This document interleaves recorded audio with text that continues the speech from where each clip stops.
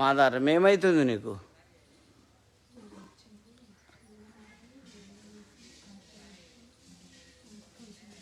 పొడిచినట్టు అమ్మా పొడిచినట్టు అవుతుందా? ఎంతకాలం నుంచి? సైతాన్ ఉన్నది, కింద పడుతుంది. నూనె తెచ్చుకున్నారా? మరి అట్లనే వచ్చింది ఎందుకు? నువ్వు కళ్ళు మీరిద్దరు చూడండి, ఏం కాదు. ఇడు సైతానా, ఇడు ఆ బిడ్డనిడు, ఇడు పో, ప్రభు నామంలో పో. పడిపోతుంది, డౌన్ చేసుకో. ఏం చీకట వెలుగులే ఉంటుంది అని అదే మనిషి లోపల దూరింది.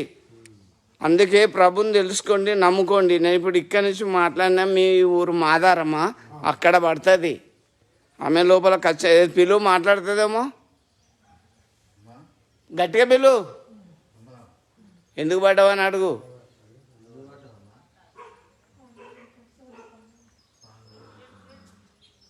ఉంటావా అని అడుగు. మా అమ్మ మీద ఉంటావా అని అడుగు.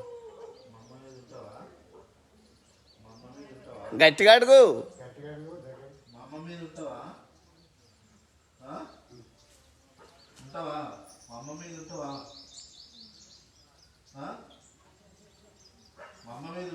బ్రదర్, 3-4 శక్తులు హృదయంలో దూరుతాయి. అవి నేను చెప్తున్నా కదా. నేను ఇక్కడి నుంచి మాట్లాడితే మీ ఊరు ఎన్ని కిలోమీటర్లు అక్కడ పడుతుందని చెప్తున్నా. ప్రభునందు దేవుని తెలుసుకొని అక్కడ పాస్టర్ ఉంటే ఆ చర్చ్కి వెళ్ళండి. పోతున్నా.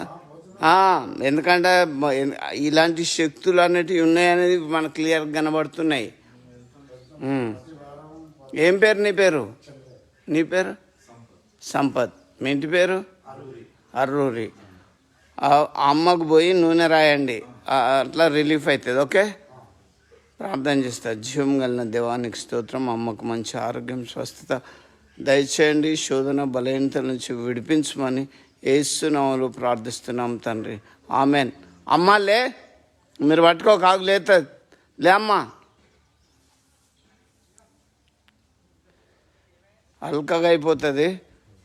మీరు మందులు వేసుకున్నా తగ్గదు, 100% తగ్గదు. లే అమ్మా లే. ఇప్పుడు నేనైతే దూరం ఉండే చెప్తున్నా కదా మీకు. అమ్మ, ఇప్పుడు ఏమన్నా బాధ ఉందా నీకు? అల్కగా అనిపిస్తుంది. వింటున్నా?